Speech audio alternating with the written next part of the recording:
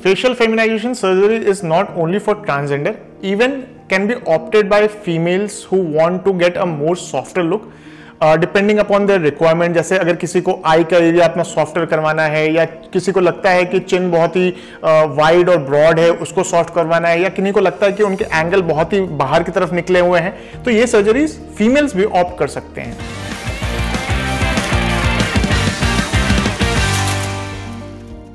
Hello everyone, मैं doctor शिल्पी पदानी हूँ। मैं एक प्लास्टिक सर्जन हूँ और SB एस्थेटिक्स गुरुग्राम में प्रैक्टिस करती हूँ। हेलो एवरीवन, मैं डॉक्टर कौशल हूँ और मैं भी SB एस्थेटिक्स गुरुग्राम में प्रैक्टिस करता हूँ।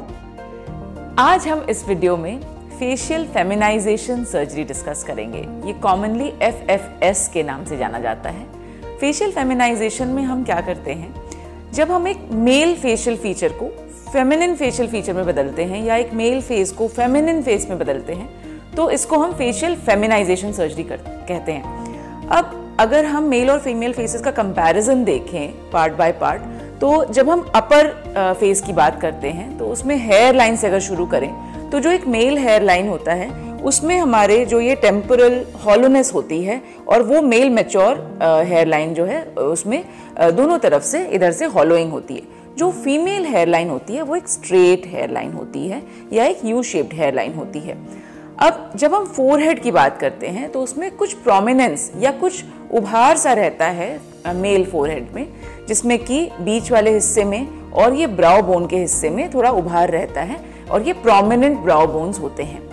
जब हम आईज की बात करें, इनफैक्ट ब्राउज की बात करें अगर पहले, तो फीमेल ब्राउज थोड़े लिफ्टेड ब्राउज होते हैं, मेल ब्राउज थोड़े स्ट्रेट होते हैं। आईज की बात करें तो फीमेल आईज ज़्यादा ओपन होती हैं, मेल आईज थोड़े से क्लोज्ड होते हैं। वो मेनली ब्राउ बोन के कारण होता है। फीमेल आईज यूजुअली थोड़ी अपवर्ड स्लैंटिंग हो सकती हैं, मेल आईज थोड़ा सा स्ट्रेट प्रोफाइल होता है। चीक बोन्स की बात करें तो फीमेल चीक बोन्स हायर होते हैं, मेल चीक बोन्स थोड़े से फ्लैटर होते हैं। बकल जो एरिया है उसमें हल्का सा ग्रूव अच्छा लगता है फेमिनिन फेसेस में। और जब हम जॉ लाइन की बात करें तो मेल जॉ लाइन एक जो स्ट्रॉन्ग मेल जॉ लाइन होती है वो एक स्क्वायर जॉ लाइन होती है, और चिन में भी जो है वो स्क्वायर अगर चिन हो तो वो मेल चिन जैसी लगती है, मैस्कुलिन लगती है। वहीं अगर हम फीमेल फेशियल फीचर्स की बात करें तो हालांकि strong jaw line feminine features में भी अच्छा लगता है, लेकिन वो थोड़ा सॉफ्टर होता है और नैरो होता है। इसलिए अगर मसल का प्रोमिनेंस बहुत ज़्यादा है तो वो हम उसमें रिड्यूस करते हैं। जब हम चिन की बात करें तो फीमेल जो चिन है वो यूजुअली थोड़ी वी शेप की होती है, ना कि बहुत स्क्वायर शेप की। यहीं अगर लिप्स की बात करें तो फीमेल लिप्स थोड़े फुलर अच्छे लगते हैं, और नोज़ की बात करें तो नोज़ में थोड़ा हल्का सा स्ट्रेट या slight hollow profile feminine faces में ज़्यादा अच्छा लगता है। ये पर्सनल प्रेफरेंस भी हो सकता है, लेकिन अगर हम मेल टू फीमेल की बात करें तो ये एक डिज़ायरेबल फीचर है, और ओवरऑल एक सॉफ्टनेस फेमिनिन फेस में होता है, जबकि मेल फेस में थोड़ा सा कोर्स लुक लोग पसंद करते हैं या थोड़ा टफ लुक जो है वो पसंद करते हैं। इन सर्जरीज में हम क्या क्या करते हैं और कैसे हम अचीव कर सकते हैं, ये डॉक्टर कौशल बताएंगे आपको। तो अगर हम सर्जरी की बात करें तो सर्जरी को हम फेशियल थर्ड्स में डिवाइड कर सकते हैं, upper facial third, middle facial third और लोअर फेशियल थर्ड में। तो अगर हम अपर फेशियल थर्ड की बात करें तो इसमें जो सर्जरीज इंक्लूडेड होता है वो होता है एक हेयरलाइन एडवांसमेंट। जैसा कि मैम ने बताया आपको कि मेल्स में जो हेयरलाइन होता है वो थोड़ा ऊपर की तरफ होता है और टेम्पोरल हॉलोइंग होती है।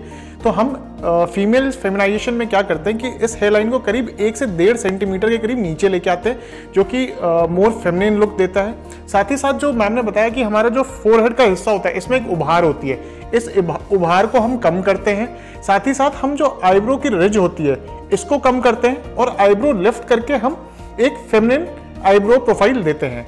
अगर हम मैंडिबल की बात करें लोअर फेशियल थर्ड में, तो इसमें हम एंगल की कंटूरिंग करते हैं, साथ में हम जीनियोप्लास्टी करते हैं, जिसमें कि हम कई बार एक बीच का हिस्सा थोड़ा सा चिन का निकालते हैं, जिससे कि हमें एक वी लाइन प्रोफाइल मिलती है, और साथ ही साथ एक पॉइंटेड टिप जो फीमेल फेस को सूट करता हुआ अपीयर होता है। मिडिल फेशियल थर्ड में अगर हम बात करें तो जैसा कि मैम ने बताया आपको कि चिन जो होता है, चीक्स बोन जो होते हैं वो हायर होते हैं, तो हम इसको 2 तरीके से ऑगमेंट कर सकते हैं। या तो हम फेशियल फैट ग्राफ्टिंग का इस्तेमाल कर सकते हैं इसमें, जिसमें कि हम निडल की मदद से थोड़ा सा फैट किसी बॉडी के पार्ट से लेते हैं और निडल की मदद से ही हम उसे इंजेक्ट करते हैं। या हम अगर बहुत ज़्यादा डेफिशिएंट हो तो उन केसेस में हम चीक इम्प्लांट्स का भी यूज़ कर सकते हैं, जो कि एक सिलिकॉन का बना हुआ मटेरियल होता है और ये बायोकॉम्पैटिबल होता है।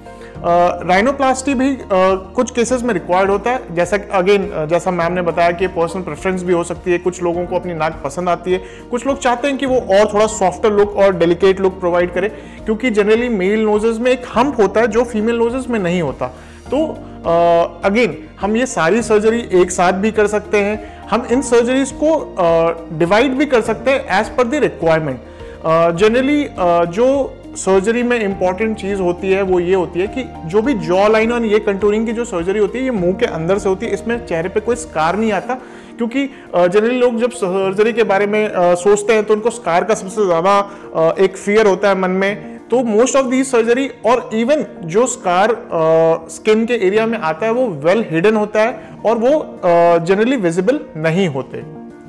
जो इसमें जब हम एक फिनिशिंग टच की बात करें तो fat grafting is such a beautiful process. उसमें हम जो फैट लेते हैं कैनुला से, बॉडी के किसी भी पार्ट से, उसमें कोई स्कार नहीं आता, और इंजेक्ट भी जब करते हैं तो ओवरऑल एक जो सॉफ्ट अपीयरेंस है वो एक आ जाती है, और एक फिनिशिंग टच जैसे कह सकते हैं फेशियल फेमिनाइजेशन सर्जरी में वो फैट ग्राफ्टिंग की मदद से मिलता है। रिकवरी अगेन इसमें एक नाइट का एडमिशन होता है हॉस्पिटल में, और उसके बाद धीरे धीरे करके स्वेलिंग शुरू में आपको लगेगा कि बढ़ रही है, फिर धीरे धीरे कम होने लगती है।